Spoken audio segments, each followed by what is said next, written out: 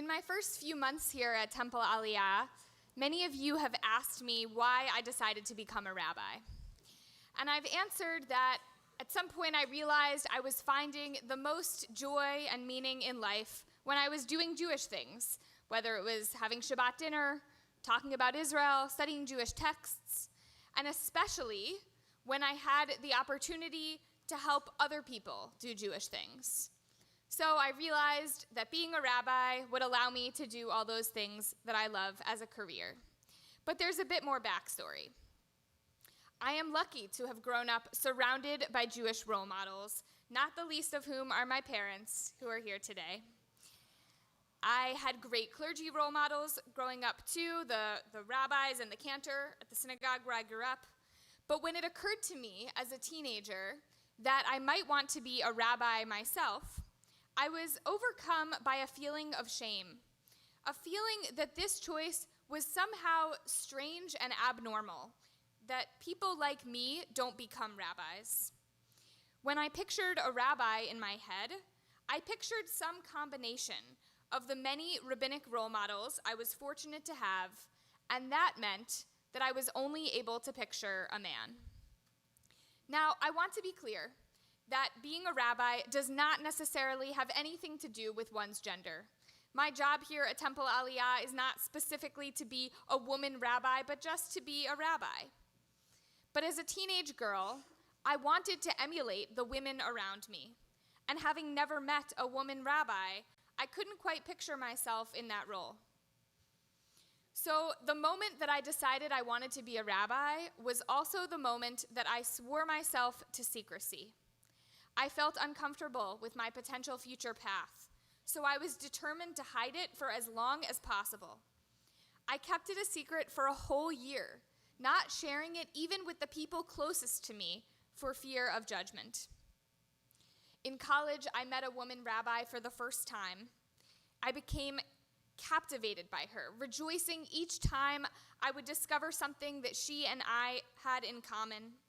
I could see myself in her. And finally, I could see my future self as a rabbi, partially because I had found a rabbinic role model who looked like me. She even had curly hair. Over time, I shed the shame and fear of judgment, and I replaced it with a desire to be a role model myself, a desire I'd bet many of you share. So in my quest to be a role model, I'm hoping you'll help me out with a bit of research right now. I'd like you to take a moment and think about whether you've ever had a role model like the one I just described. Someone who makes you feel like you can achieve your dreams. Career dreams, family dreams, personal dreams, any kind of dreams. It could be someone you know personally or not. And for the moment, I'm going to ask you not to consider parents as a choice. So think about it for a moment. Now raise your hand if you have ever had a role model like that. Okay. Now I'd like you to think about why and how this person came to inspire you. Were you able to see yourself in their example? Did you have something in common with this person? Maybe it's an exterior trait like gender or ethnicity, or maybe it's that you have similar motivations, similar backgrounds, a similar way of viewing the world. Maybe you overcame similar obstacles. So here's the second question for our research. Do you think that these commonalities impacted your choice of this person as a role model for you, either on a conscious or subconscious level? Raise your hand if you think, yes, these commonalities did impact your choice. So I asked these same questions to two other populations, our Aliyah teens involved in USY, and our Aliyah staff members. When I polled our USYers, a vast majority of them said that they could list many similarities between themselves and their role models, and most of them said that those similarities are a big part of why that person is their role model. They answered that they and their role models share the same goals and aspirations, motivations and values. One aspiring actress in our USY group said that her role model is 15-year-old actress Millie Bobby Brown, precisely because she is a young actress. They're around the same age, they're both girls, and they both hope to be successful in the same profession. This U.S. wire can see herself in Millie Bobby Brown's example and finds her inspiring for precisely that reason. The teenagers at Temple Aliyah look up to people who are relatable to them, and often those are the people who share something in common with them. When I asked the same question of the staff here at Aliyah, I received similar responses. A majority of the staff felt that similarities are a big part of why they consider someone a role model. One staff member actually found the question so obvious that he questioned why I would ask it at all. He read my survey and wrote back to me, well, of course someone has to be similar to you in order to be your role model. Were you trying to ask a different question?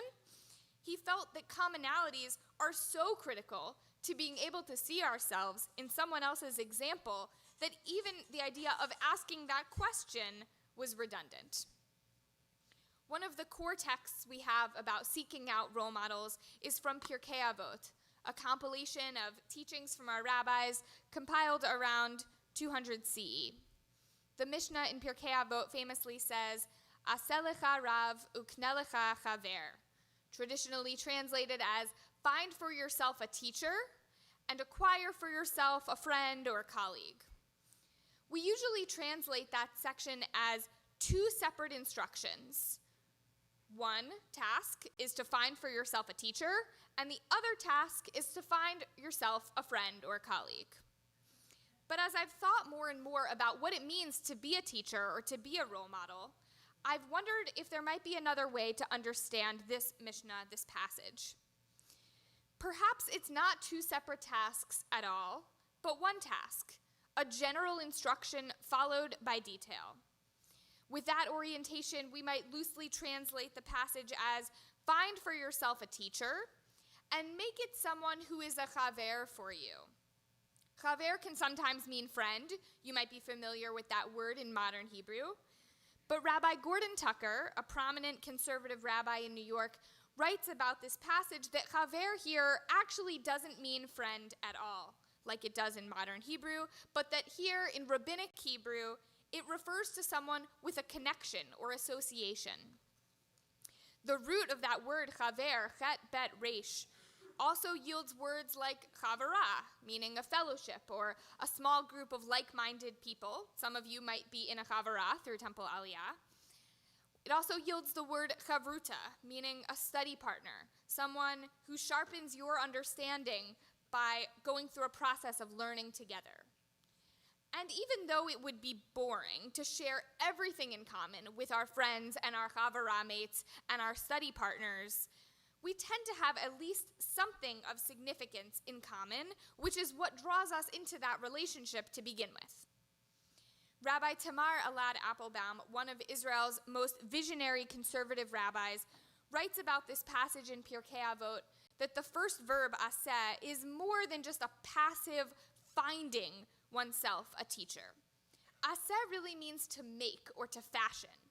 She reminds us that developing a relationship with a teacher or role model takes effort, most likely on both sides. The role model and the seeker both have to work to develop their relationship. And part of that work entails identifying the connection between the two people, identifying what the two have in common that allows the dreamers to see themselves in the role models. Aseh lecha rav ukne lecha chaver. Actively seek for yourself a teacher and make it someone who is a chaver for you, someone who is like you. When we look to the Bible for role models and leaders, it's clear there too that leaders who have more in common with their people are able to be more successful.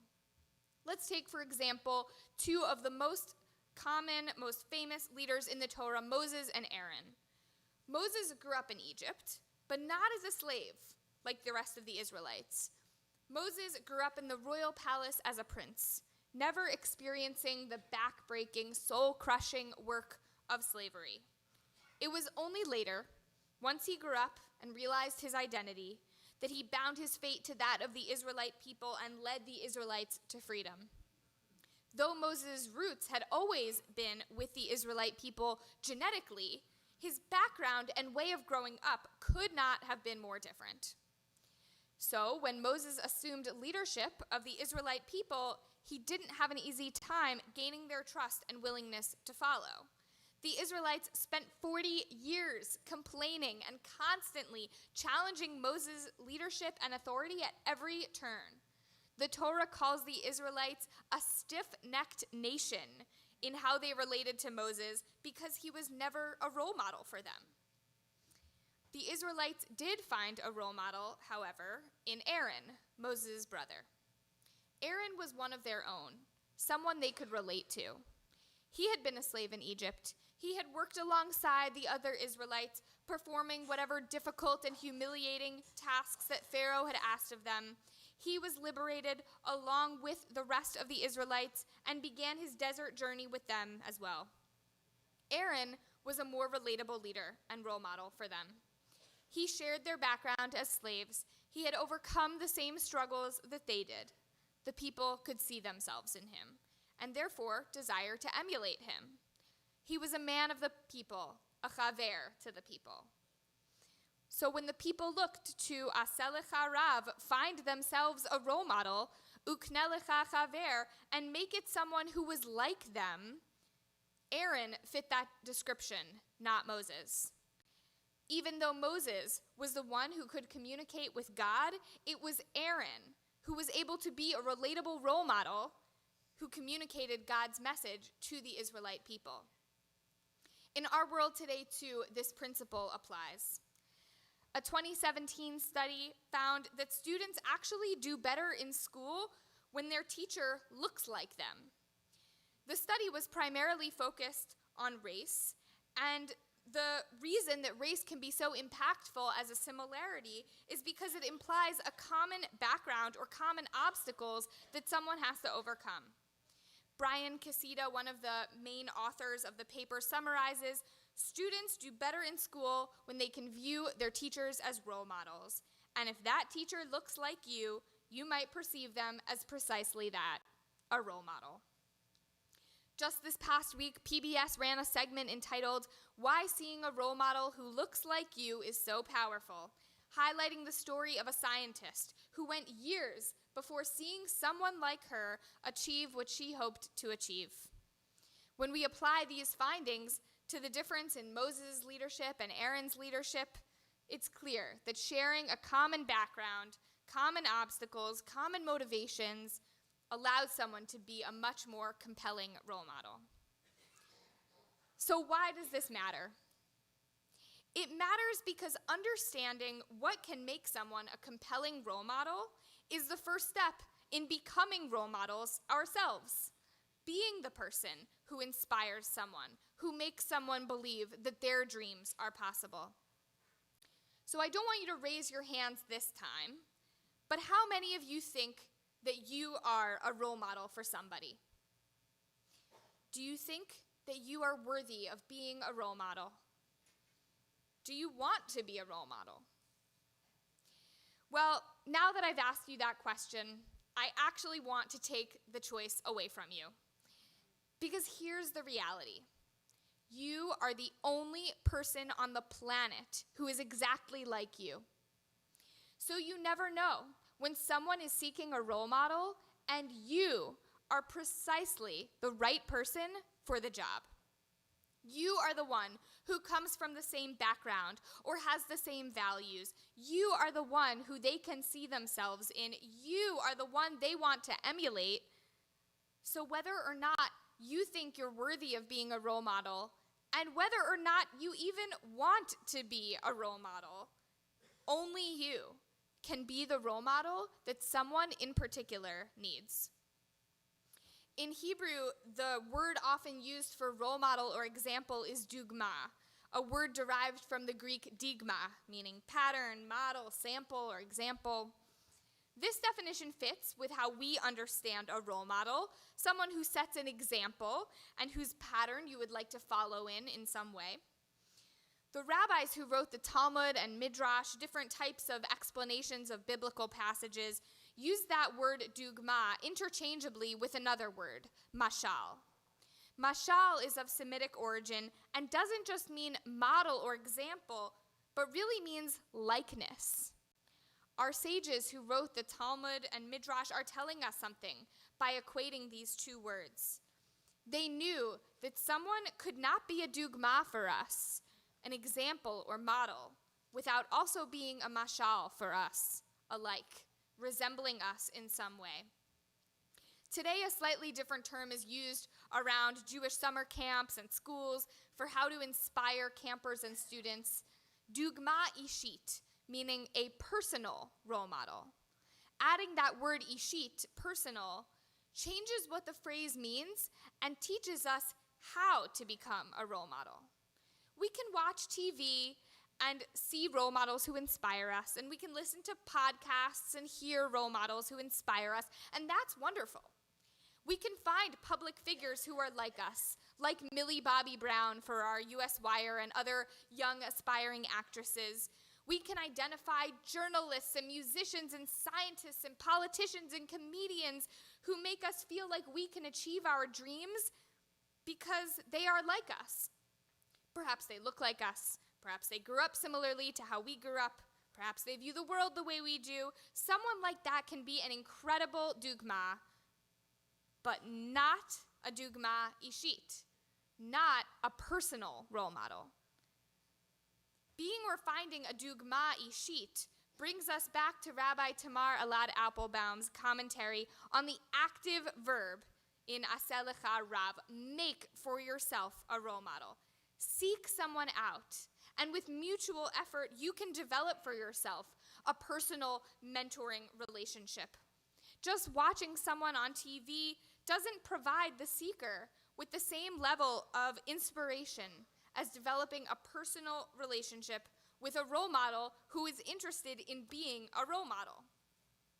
While a few of our Aliyah teenagers answered my survey question with role models who they've seen on TV, a vast majority answered with people who they know well, their parents, their siblings, their camp counselor, their youth group director. In fact, many of their answers are sitting in this room right now. Though I didn't answer my own survey, I can tell you that in looking for role models for myself, my parents are at the top of the list. And not just because I look like them, but because I can really envision the kind of person I hope to be through their example. And a main reason why I was so thrilled to come to Temple Aliyah was to have Rabbi Vogel as a rabbinic role model. You can be someone's role model. You may even already be someone's role model, but it requires being active. It requires building that relationship, helping the seeker to Aseh Lecha Rav work to find themselves a suitable role model. So how do we do that? Here are 3 steps to becoming a role model. Step number 1, identify what makes someone a role model. Think about the things that inspire you about your role models. Do they still inspire you? Can you see yourself in their example? How have they actively reached out to you, actively fashioned your relationship? Are you still in touch with them? Or do you need to reconnect to them to get back on your journey? Being a role model usually requires having a role model. Step 2, connect. Focus on the ishit part of dugma ishit, being not just a role model, but a personal role model. Reach out to create the relationship. Show that you are willing to put in the time and effort to be a role model. And remember that the first word in Aseh Lecha Rav, seek for yourself a role model, is an active verb. Actively seek out those who are looking for role models. How do you know that someone wants you to be their role model? It probably starts with a question. Probably a question that they've been asking themselves for a long time. And finally, they found someone who they can ask. It's your answer, and more importantly, your openness to listen to the question that will help them think about their possibilities in a new way. Step 3, carry yourself as a role model. Behave as though someone is watching you and taking notes because they want to be more like you. That requires seeing yourself as a potential role model. Now, you may think that there are others who are more qualified to be a role model than you are, others who are more advanced in their career, who you deem to be more successful than you in some area. But those people might not be the right role models. It is often the least obvious people who can make the most compelling role models. And more than that, it is almost always the people who volunteer themselves as role models and carry themselves as potential role models who can be compelling. When I think about the first woman rabbi I met and the impact that she had on my life, I realize that she most likely does not know how much she inspired me. Don't worry, I will send her this sermon after Yom Kippur. She knows that she saw me looking for a role model and that she reached out, striving to be that dugma ishit, that personal role model I needed. She knows that she put effort into our relationship, that she helped me actively aselecha rav, fashion for myself a role model. She knows that she behaved like a role model. But does she know that I had never before seen someone like me with the career and life path that I wanted to have? Does she know that before I met her, I was unable to imagine myself fulfilling my dreams, that I kept my dreams a secret because I could not picture them coming true? Does she know that when I was able to aselecha rav uknelecha chaver, seek out a role model and make it someone who is a chaver for me, someone who was like me, does she know that when I could see myself in her dugma ishit, in her personal example, I finally knew that I could follow the path I wanted to follow? You may not know. You may not know when someone is looking at you to be their role model. You may not know the impact you have already had on someone's life or the impact you will have on someone's life, but that doesn't excuse you from the responsibility. As you reflect on the year that has passed and the year that is to come, seek to be a role model. Remember the 3 steps. Understand what makes someone a role model. Actively connect by creating a relationship that is open to questions and behave like a role model. Understand, connect, behave. That's what this time of year is about. Being the best people we can be and helping others to be their best too. Understanding our own inspirations, building connections with others, and behaving like role models.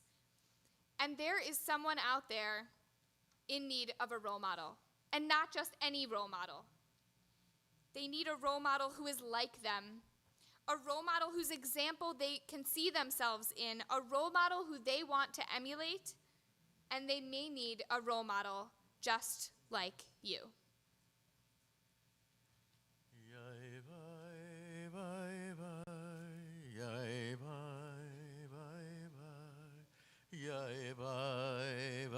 bye, bye, bye, bye.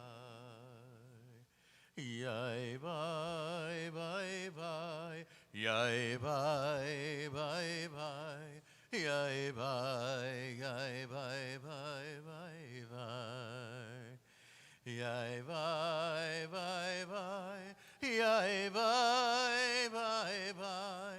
Yay, bye, bye, bye, bye, bye, bye.